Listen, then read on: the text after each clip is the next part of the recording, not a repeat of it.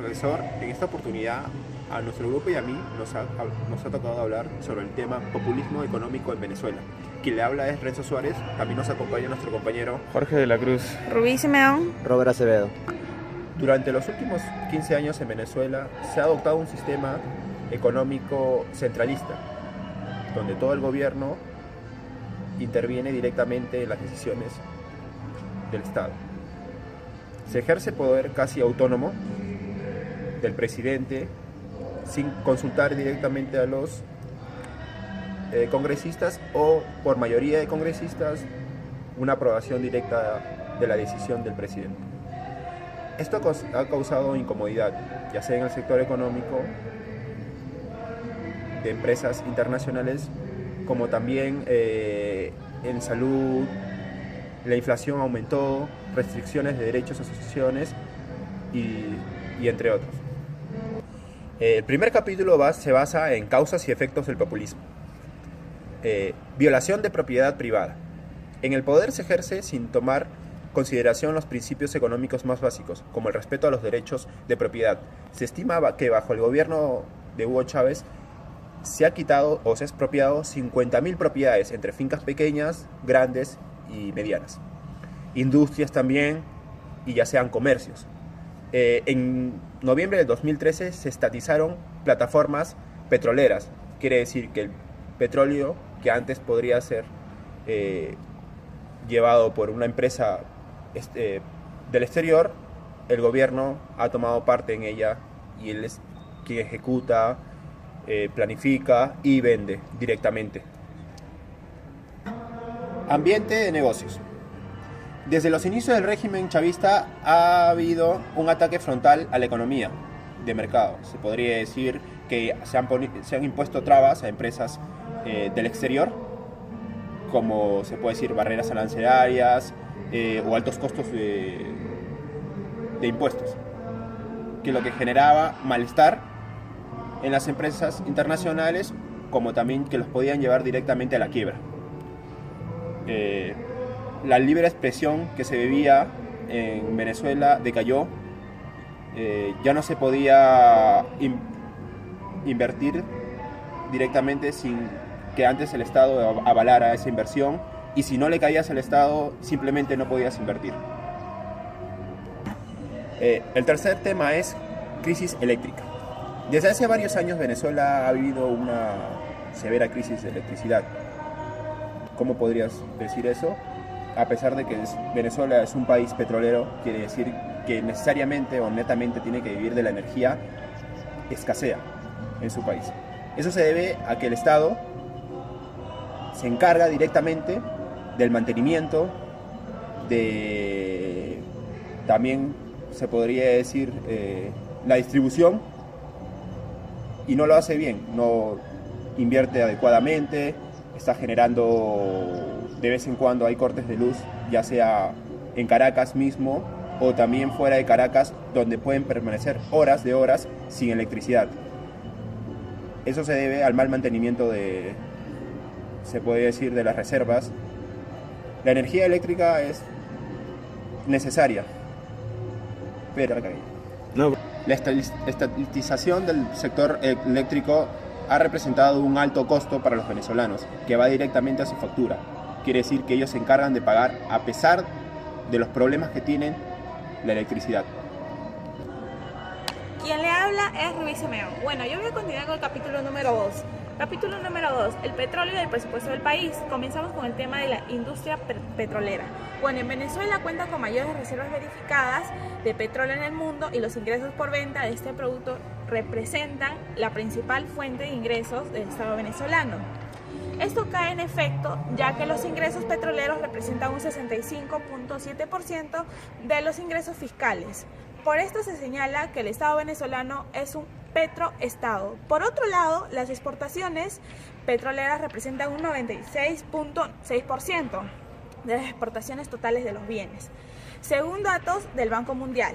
Estas variables evidencian la importancia que significa la industria petrolera en la economía venezolana y lo vulnerable que puede disponer de estos recursos. Tema 2 del capítulo 2, obviamente. Seguimos aquí. Ingresos, gastos y deuda pública. Uno de los factores claves para centralizar el poder de Venezuela es el que el Estado obtiene casi terceras partes de sus ingresos de la renta petrolera. Sí, o sea, hablamos de tributos y tributarios. Y los ingresos fiscales por concepto de impuestos no petroleros a ciudadanos representan solo a un 34.3% de los ingresos fiscales, al no tener que cargar constantemente a los ciudadanos con mayores impuestos para financiar más gasto público. El despilfarro de recursos límites hace más fácil a esto.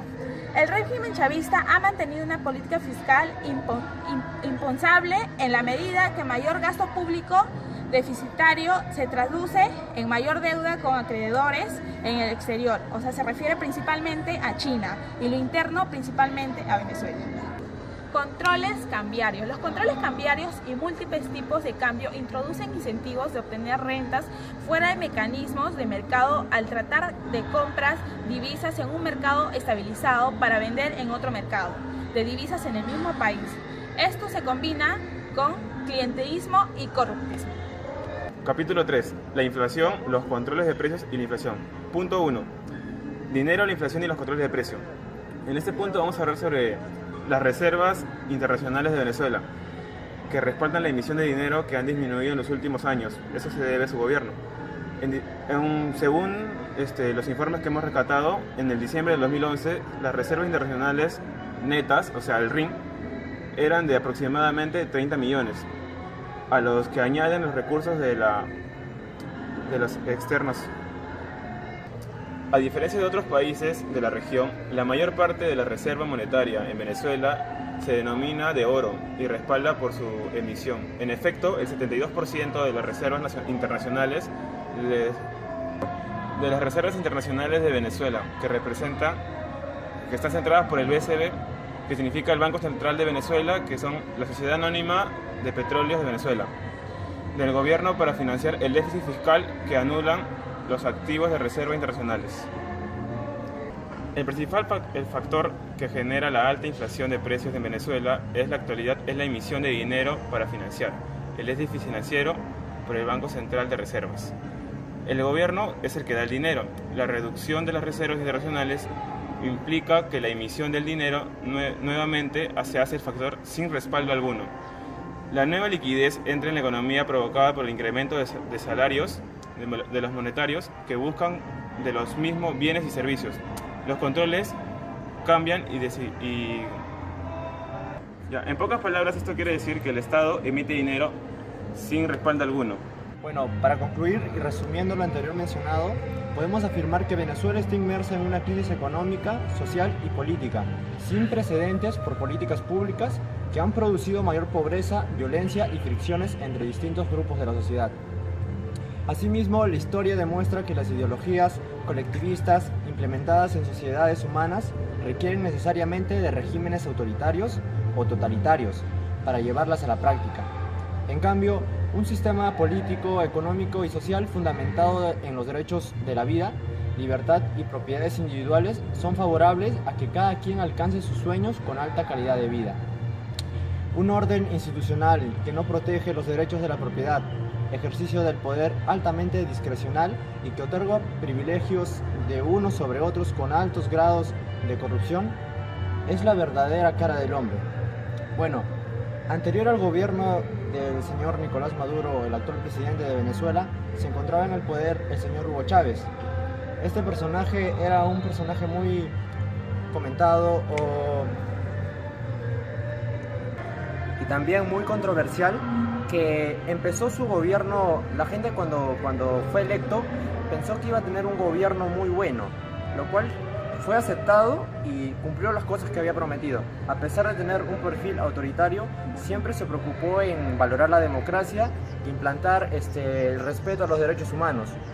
Pero con el fallecimiento del señor Hugo Chávez y el ingreso de Nicolás Maduro, por motivos de que las personas pensaron que Nicolás Maduro iba a seguir con la ideología de Hugo Chávez, pero al final resultó ser todo un fracaso. Como vemos, actualmente en Venezuela se vive una crisis enorme. La ola de delincuencia, la corrupción está por todos lados. Aparte de eso, la obstinación de un grupo de aferrarse al poder bajo el uso o amenaza del uso de la fuerza no es sostenible en el tiempo. Hoy existe sed de libertad en Venezuela. La historia demuestra que un orden institucional que garantiza los derechos de las personas crea el ambiente para la colaboración pacífica e intercambio voluntario entre los miembros de una sociedad. Es precisamente esa colaboración e intercambio que va creando el tejido social. Lo que requiere Venezuela es una democracia liberal, con una fuerte economía de mercado, donde las personas puedan alcanzar sus propios sueños, colaborando con el prójimo, siempre buscando mejor calidad de vida. Este es el reto de la actual generación de Venezuela. Gracias, profesor, por habernos dado esta oportunidad a mí y a mi compañero de haber integrado a este nuevo grupo. Y bueno, eso fue todo y muchas gracias.